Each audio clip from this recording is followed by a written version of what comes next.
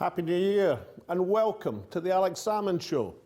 Today we have a special focus on Europe, not about Brexit or the European Council, but on the Council of Europe, an organisation which long predates the European Union and which has not 28 members but 47, stretching across the entire continent from east to west.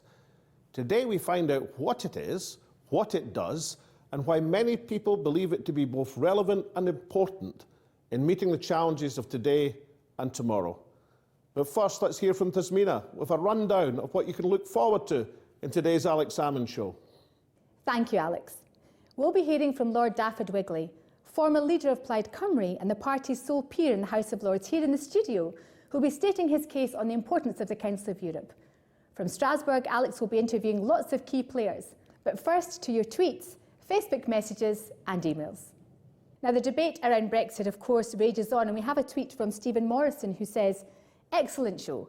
Alex Salmond was surprisingly even-handed, allowing Kate Hoey and Nigel Evans room to air their Brexit views.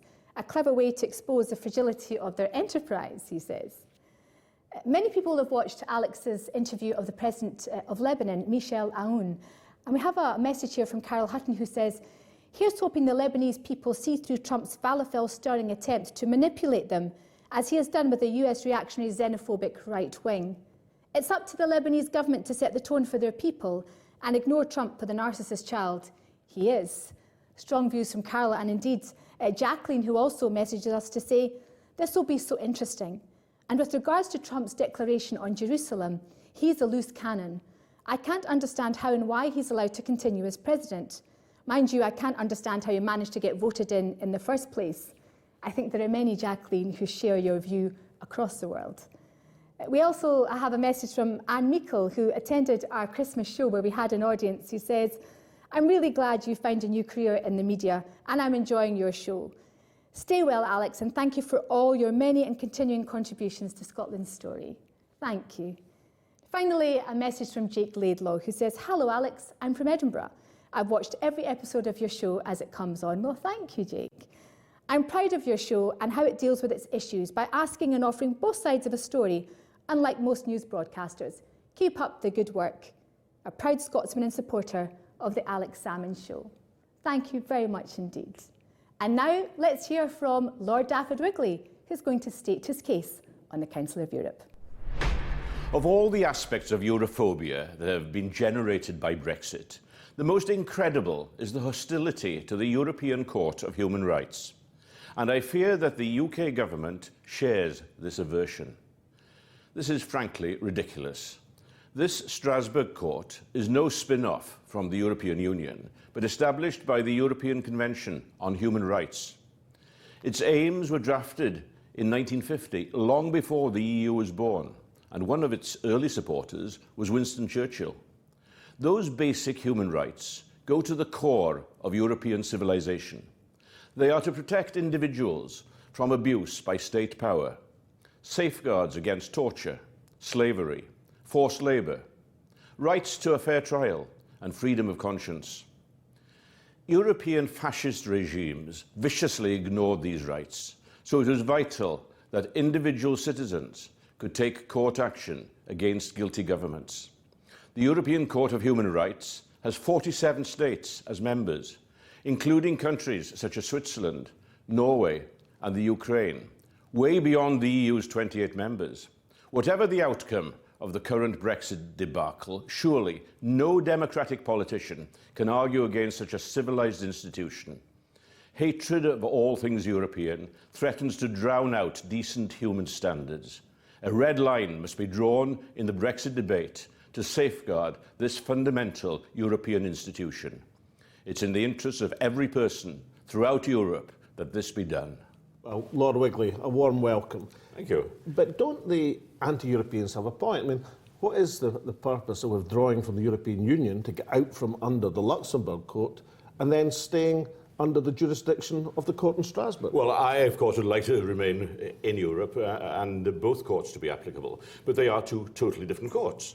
The court in Strasbourg deals with fundamental rights. It extends way beyond the 28 countries, and it was something established after World War II to avoid the sort of happenings that we experienced in Europe during the years of fascism. And that is something that we should always be aware of and awake to. And therefore, the fight to maintain a system that protects citizens in countries that could be vulnerable to that is mightily important. But you're not seriously suggesting that if the UK withdrew from the jurisdiction of the Strasbourg Court, that fundamental liberties in this country wouldn't be protected by the Supreme Court in London? Well, there are times when one has doubts about any court, including, of course, the court at Strasbourg. It doesn't always get it right.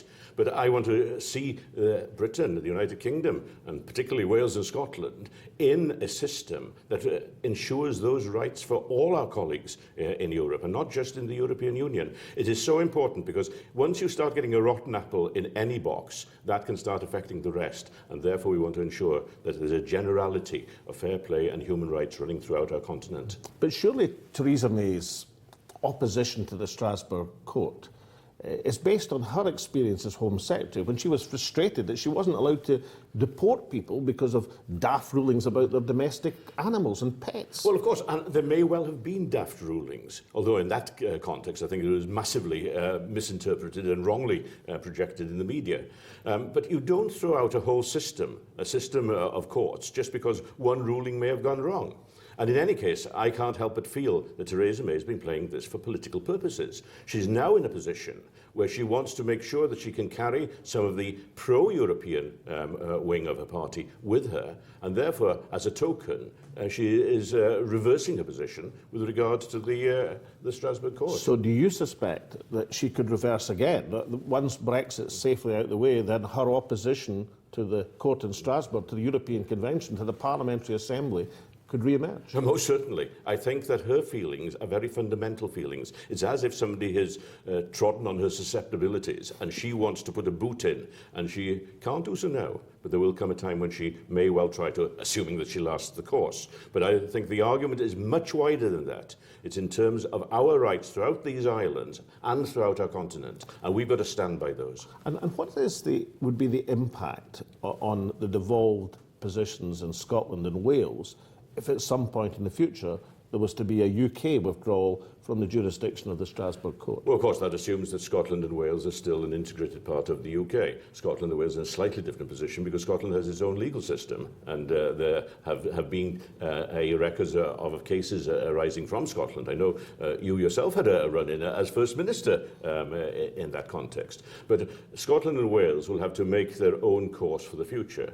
And I would hope that Scotland and Wales, whatever their relationship with London is, that they would be fully supportive of the European Court of Human Rights. But then, well, let's take my own experience and your experience in Welsh politics. I mean, if I remember correctly, the Scottish Government lost the case on internal sanitation of prison cells at Peterhead Prison, and we were forced to rebuild Peterhead Prison. I mean, is this something that you should be ordered to do by a court in Strasbourg says, look, rebuild that prison because we're not satisfied with the potty availability for prisoners? Well, I think there is a question of the standard at which you hold people in prison, not just in Scotland, but particularly in Wales and England at this point in time. It is just not good enough.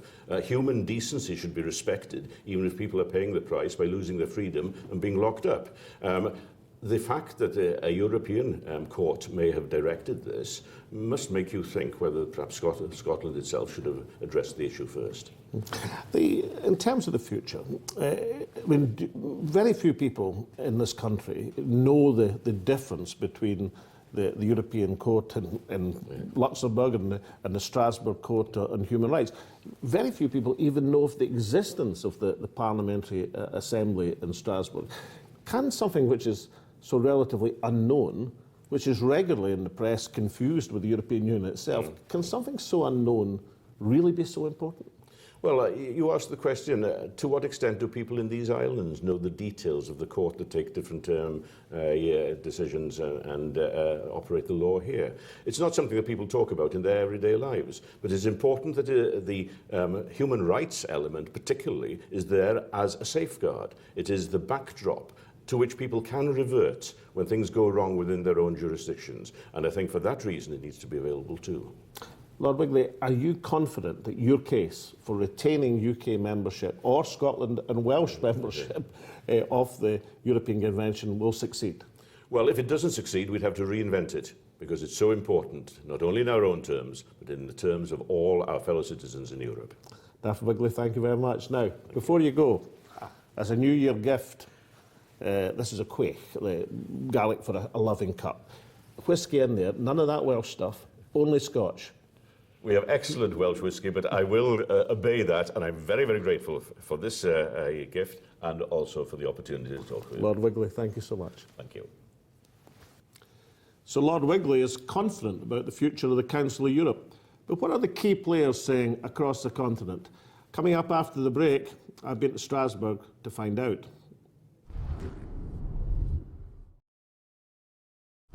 The Palais de l'Europe in Strasbourg, headquarters of the Parliamentary Assembly of the Council of Europe, an organisation which is 70 years old, but virtually unknown, but one which has fundamentally changed the lives of tens of millions of European citizens and changed them for the better.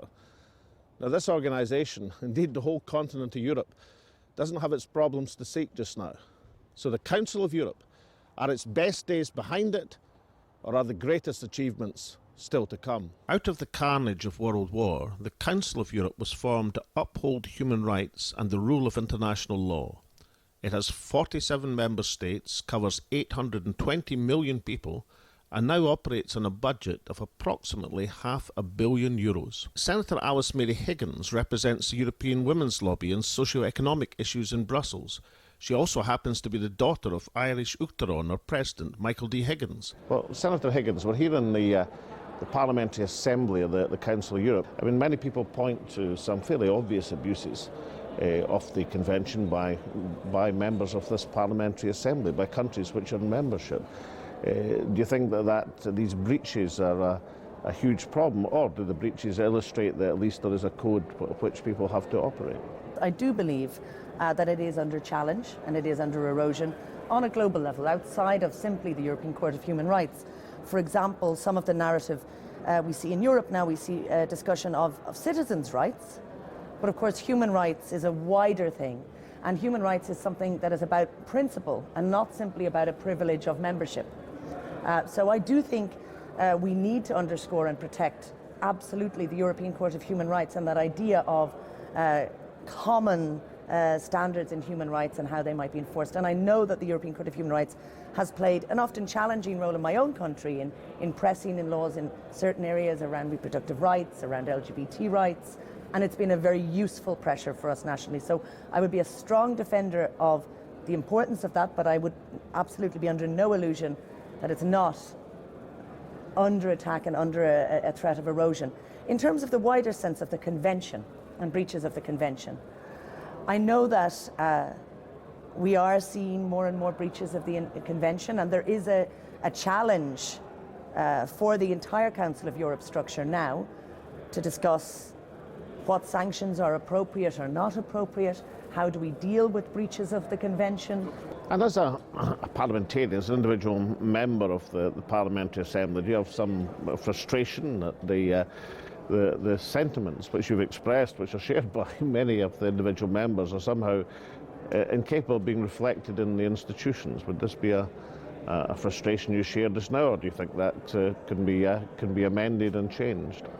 The year in which I have been part of the Council of Europe has, of course, been rocked by very serious concerns about corruption, about the question of vote rigging, about the transparency of institutions, about appropriate actions at high levels.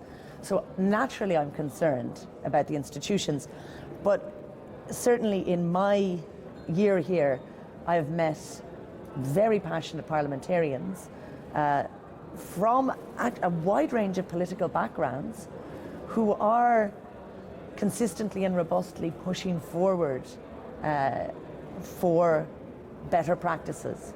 Alice Mary Higgins, thank you very much for your crack. Dutch politician Thierry Cox is chairman of the party of the European Left in the Parliamentary Assembly of the Council of Europe.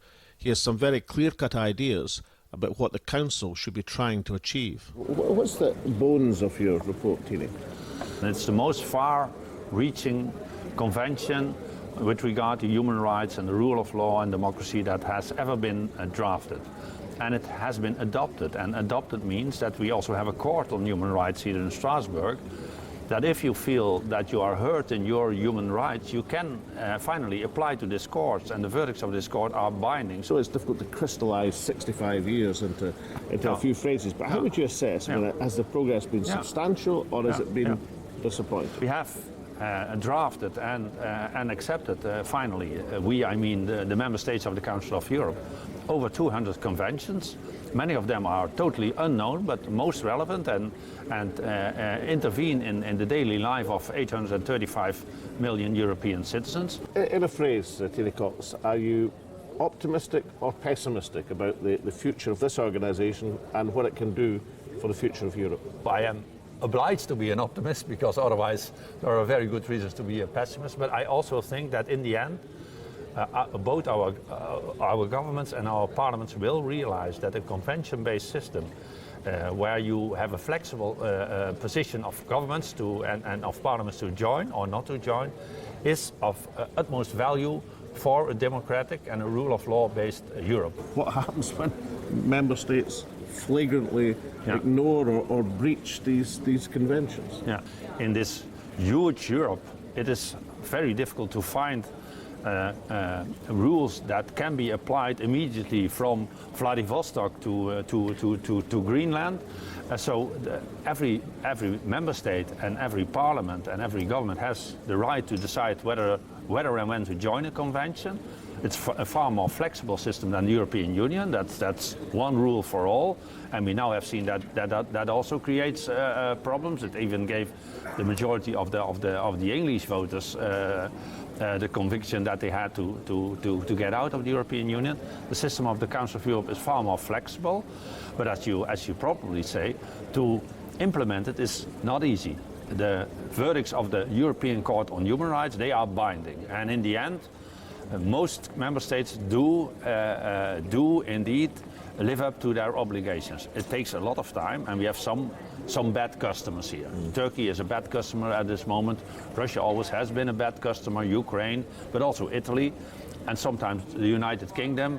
They do not do what they have promised to second the verdicts of the court. And most recently Spain, the situation in Catalonia, where quite clearly there were a flagrant abuse of Article 30 of the Convention on Human Rights, the right of freedom of expression.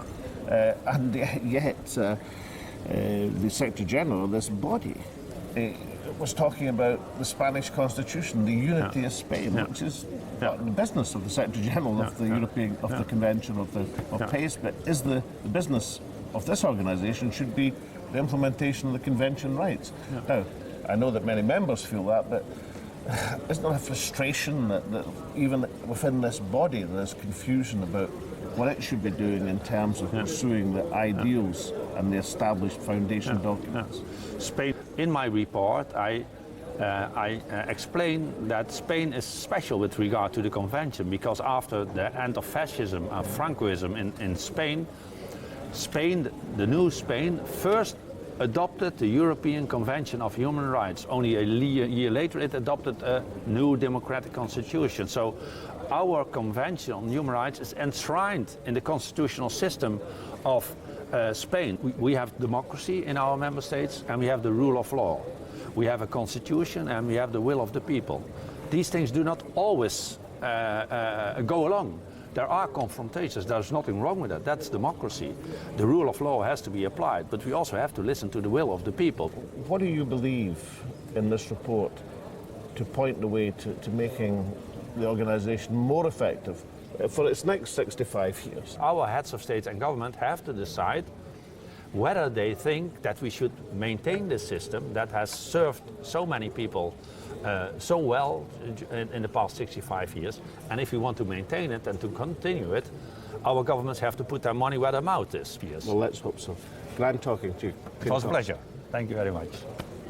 The bad customers Tini Cox refers to could include key member states such as Russia, Turkey, the UK and Spain. Russia's voting rights were revoked in 2014 after the illegal annexation of Crimea. The Secretary General of the Council has warned that Moscow could crash out of the group if Russia keeps being excluded from the election of key personnel. Turkey could be expelled from the Council of Europe if President Erdogan pursued his threat of reintroducing capital punishment following the coup attempt. Meanwhile, the UK is under pressure to accept Strasbourg court rulings on prisoners' voting rights, while the acting president of the Parliamentary Assembly launched an outspoken attack on Spanish state police violence against the people of Catalonia last October. Sir Alan Meale was a member of the Council of Europe for over 18 years until the end of last year, and thus the longest serving member of the UK delegation. What changes has he witnessed during these years? Well, Sir Alan Meale, you've been a member of the Parliamentary Assembly of the Council of Europe for 18 years. I mean, that is a quarter of the entire lifetime of this Parliamentary Assembly. What are the changes that you've seen over that substantial period of time? Well, there have been major changes. There's the introduction of countries into the community which had never been there before, countries which had been largely internationally written off as individual nations, and I think that's one of the biggest things that has caused the changes. Of course, the Council of Europe, and in particular the Parliamentary Assembly, has always been a preparatory course for joining the European Union. I think I'm right in saying there's never been a new country, an accession country into the European Union, who hasn't first been a member of the Council of Europe. If people just take their minds back to what Europe was like, we had the Iron Curtain throughout, we had all these different individual countries which were run by the Soviet state, and so on and so forth. What you've had is this emergence of a whole panoply of different organisations and, of course, countries getting independence and acting. It's been the only route into Europe, and of course the Council of Europe is not just about those small number of nations which are members of the European Union. It's about the 47 members of the Council of Europe area in the greater European area. But what about all these breaches of the rules of the Convention on Human Rights manifest in many of the member states? I mean, a lot of concentration on Russia, but you could look at Turkey, we could look recently at Spain, fairly flagrant violations of the European Convention. I mean, people are entitled to ask, what is the Council of Europe doing about this violation of its own founding statute? Well, people should not consider that all these violations take place only in new emerging countries. I mean, violations frequently occur. There's been one or two investigations into the UK and practices in there, and of course there is on a continuous basis throughout the European area. But, it's about what you do about that, how you train, how you help people to do it. You don't just say you are a member and therefore go on, because there are different systems, different values. Occasionally we hear their voices in the UK saying, look, this Convention of Human Rights, this Strasbourg court shouldn't have jurisdiction over the courts of England or the courts of Scotland even. This is something which is causing a burdensome meddling in our affairs. What would you say to people who would like in the UK to opt out of the Convention? Well, I don't think that you should. Well, they could opt out of the convention, but as far as anything goes, if they do that, they won't be in the Council of Europe or the European community at all. They'll be ostracised. I mean, the reality is that much of our modern day law is based on those principles, and the best example of that is on capital punishment. If you were to stay in and adapt all the policies, but change your mind on capital punishment and said you believed in, you're out. But if you and I had been speaking a couple of years ago, we would have found it, both of us would have found it unlikely, almost incredible, that the United Kingdom would be in the process of Brexit from the European Union. Is it inconceivable that the same forces will go the whole hog and turn their back on the Council of Europe and the European Convention on Human Rights as well? In democracy, it's the most difficult thing in the world. You have tyranny, dictatorship, feudalism, and you have democracies. The last one is the hard one. And if you look back to the start principle of democracy, formed on the Greek concept of the Aleph Democrat. Well, on that system of democracy they operated there was pluralism. They believed that the more educated you were, the more votes you got, which to me seems the most undemocratic thing I've ever heard. However, what we've got to do is try to forge democracy on a whole series of principles that we can all live with. and actually fight to achieve. Sir Alan Meale, it's been great talking to you. Best of luck. Some great insights from Alex and his guests in Strasbourg. Here are some of my thoughts.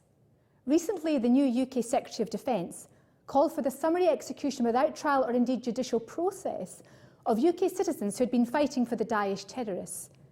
If such a policy were ever to be adopted, it would make the UK the legal pariahs of Europe and would surely almost certainly end in their expulsion from the Council of Europe, all of which, of course, could be dismissed as the spoutings of a novice minister, if it had not been for the fact that his much more experienced predecessor called for effectively the same thing before other events overtook Michael Fallon and ended his ministerial career. The Prime Minister herself has been thought to favour the ending of the jurisdiction of the Strasbourg Court over the judicial systems of the United Kingdom. Indeed, it is thought that her own preferred policy would have been to remain in the European Union and exit the Council of Europe, rather than exiting the European Union and remaining in the Council of Europe. Ironically, it is Brexit which has secured the UK within the Strasbourg institutions, as even some fervent Brexiteers believe that staying within the Council of Europe emphasises the point that the UK is leaving the European Union and not Europe. But has the UK really reached the level where an institution forged out of the fires and carnage of World War with the United Kingdom in the vanguard of its creation is seen at best as a tactical necessity for the time being? Perhaps the time has come for a renewed emphasis on the substantial role and purpose of the Council of Europe, the one political institution which can be genuinely said to unite a troubled continent. So from Alex and all of the team here at the Alex Salmond Show in our first edition of the new year, thank you for watching.